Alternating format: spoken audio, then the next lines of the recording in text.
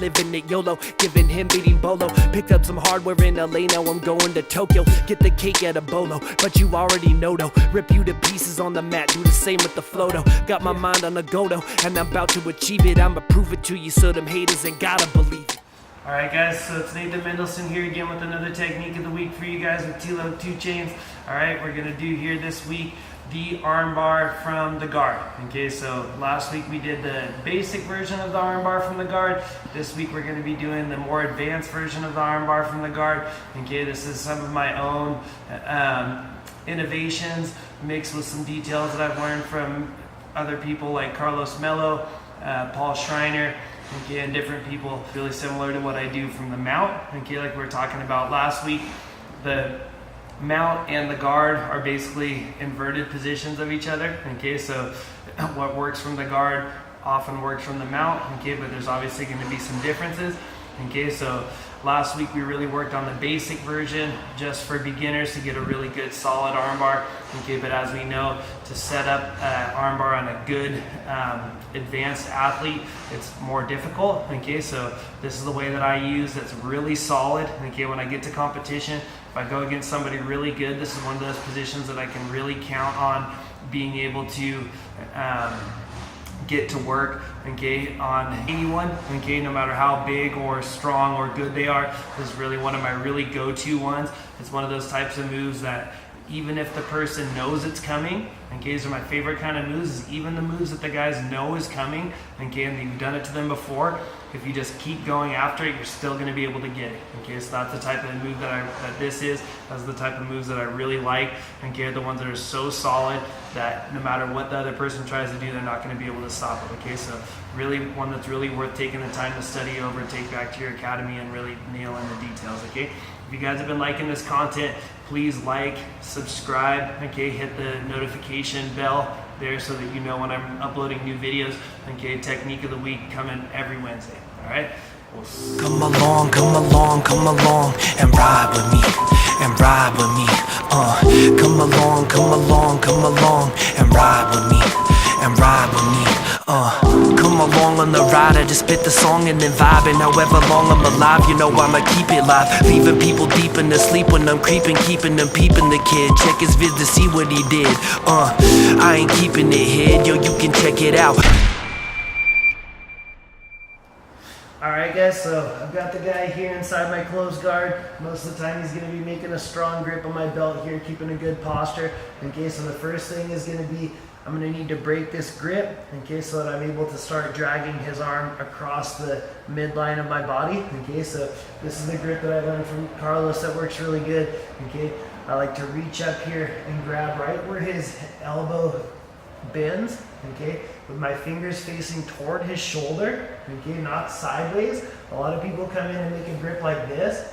Okay, here if Travis just makes a elbow backward, okay, he's just gonna yank that out of my fingers. Okay, so instead I'm gonna reach here with my fingers facing toward his shoulder, and I'm gonna bunch up the gi here right where his elbow bends and make like a little pocket, okay, and make this grip.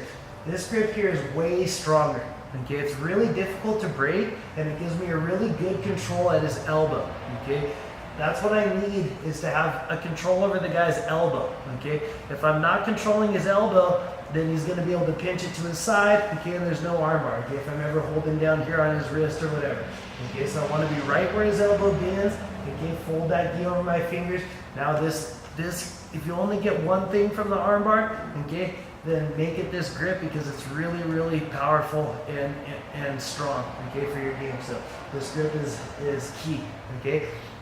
Now the guy's going to be holding down here. Okay, I've already got the grip that I want. My other hand now, I'm going to bring it under, okay. As I bring it underneath, I'm going to try to bring my wrist right where his wrist is, okay. If his wrist is like this, okay, or straight, it's going to be strong. If I'm able to bend it this way, I'll be able to pop the grip off easy. So that's what I'm going to look to do. I bring this hand under, okay, right under his hand, and I put it onto my own forearm here. Now I pop it up so his wrist is bent.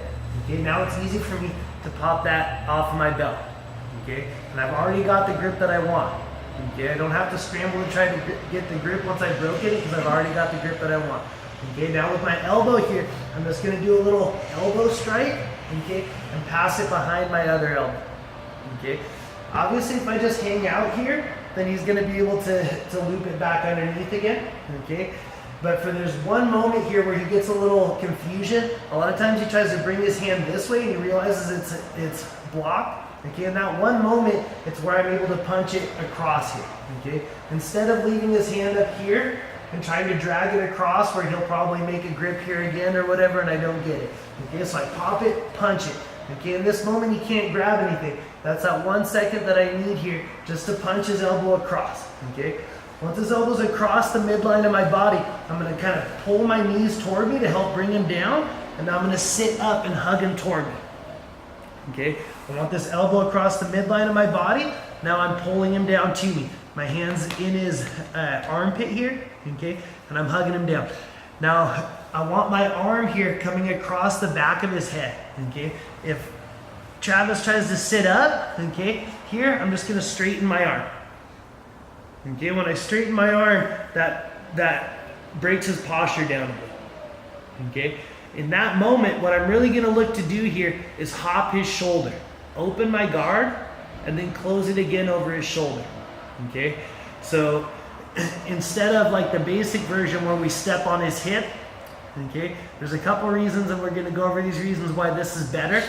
Okay, but stepping on the hip, one reason is when my guard's open like this is somewhere that he might be able to push the leg down, climb over, get a knee up, something like that. Okay, so when I hop his shoulder, I'm gonna skip that step there where I give him a little chance to escape. Okay, when I want to hop his shoulder, if his shoulders are up close to my shoulders, it becomes hard for me to hop his shoulder.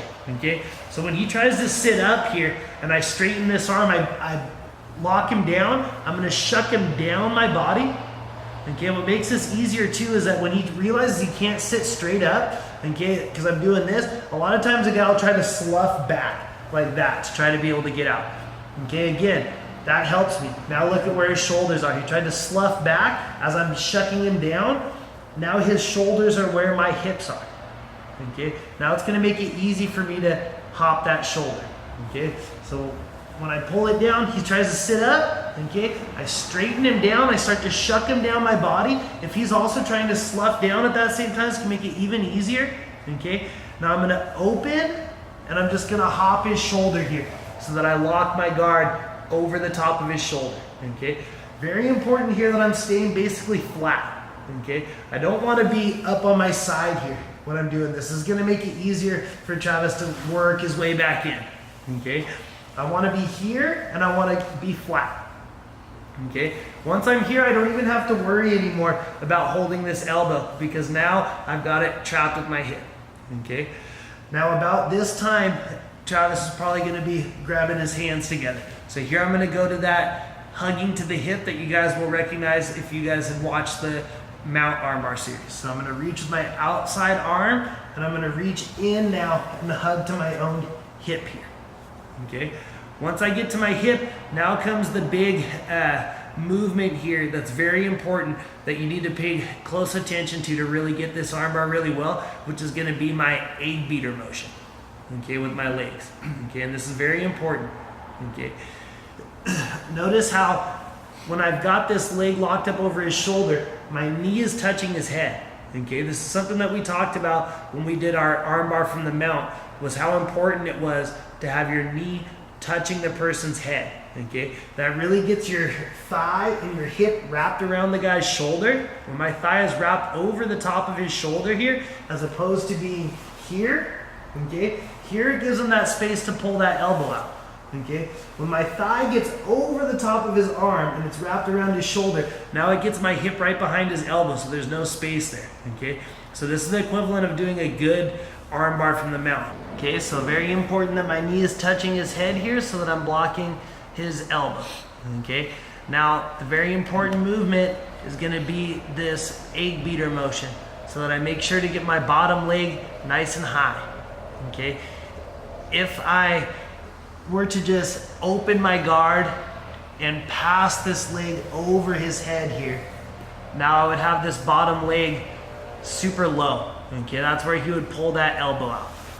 Okay, that would be the equivalent of me being like on the mount and just going for an armbar like this. Okay, obviously this isn't going to end up with a good mount armbar. I'm going to sit here, he's going to yank that elbow out. Okay, so when I'm here, okay, boom.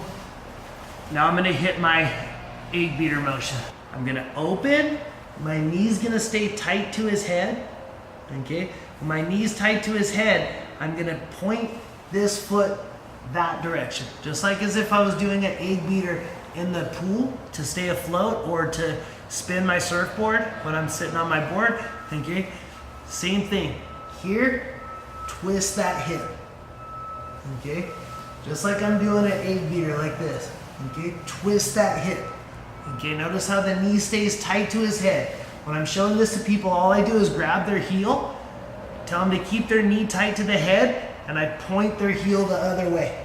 Notice what that does with my hip. It wraps that hip the rest of the way around his shoulder. Notice what that does to this leg. It points this bottom leg up high. Look at how high that knee is now. That's exactly what we want. Calf up over the top of his shoulder, knee pointing toward the guy's head. Okay, this is a really good position for the armbar. My knee is touching his head. Okay, this is the equivalent again to equate it to the mount armbar. Okay. This is the equivalent of having my knee touching his head and my bottom leg super high up into his armpit. Okay, that's the same thing here as being here. Same position. Okay, I've got this really nice high bottom leg. Okay, knee touching the head. So now I'm here. Even if the guy's smashing me, whatever he's doing here, I'm still good. Okay, the guy's gonna try to smash you, that's okay. Okay, keeping this high, keeping this pinch, the hand to the hip with the elbow pinching his elbow to my hip is what's gonna keep him from being able to yank his elbow out. Okay, now once I'm here, I'm gonna pass this leg only once I've gotten to this position. I now pass this leg in front of his head. Now I've got a really solid armbar. Okay, this leg's job is to pinch over his head, not crossing my feet. Okay, pinch over his head, bottom leg high, knees pinching super tight. Okay, my feet are always flexed, not toes pointed. Okay, feet flexed and pinching. Okay, now from here I'm going to work to try to flip Travis over. Okay, next week I'm going to do a whole video on the ways that I can flip the guy when he stacks me inside the armbar. Okay, but today, just for the basic version, I just go inside, okay, grab his leg, start to get him to go with this leg, keep him going with the other leg, punch up, okay, and I flip Travis belly up here, okay. Now I've got him in the same position that we were in when we worked for the armbar from the mount. Elbow pinched tight to my belly, hugging to the hip. Okay, reaching for the bottom leg, okay, either hugging inside or grip on the outside, elbow to the floor, legs nice and tight, okay. Now I've got that guy into that same kill zone that we like here, okay, where he's fighting a losing battle, trying to hold on with his hands here, okay, and I'm just gonna lean, burning out his forearm, okay, until I'm eventually able to free it, pinch it to my chest, hand over hand, elbows tight, knees always pinching really tight onto his arm there, heels tight to his body, keeping the thumb up, no space in between his hand and my chest. Okay, we worked on all these details again on the mount armbar video, even in more depth if you want to review that one. Okay, leaning back slow, and I get the finish. All right, guys, so stay tuned each week. We're coming with new techniques every Wednesday. Okay. We did the basic armbar last time. This is a little bit more advanced setup that works even better, okay? A lot of times the basic one, if the guy knows it's coming, it can be hard to get.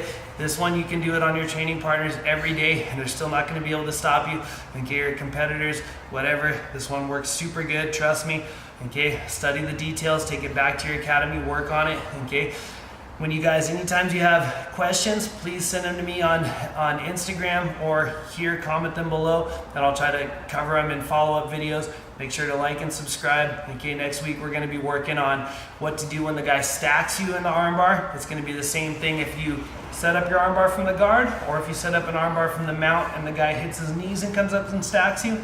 Either way, that's not gonna defend the armbar. All he's doing is giving you another thing to deal with before you get the finish, and I'm going to show you how to deal with that situation when the guy's stacking you. That's coming up next Wednesday.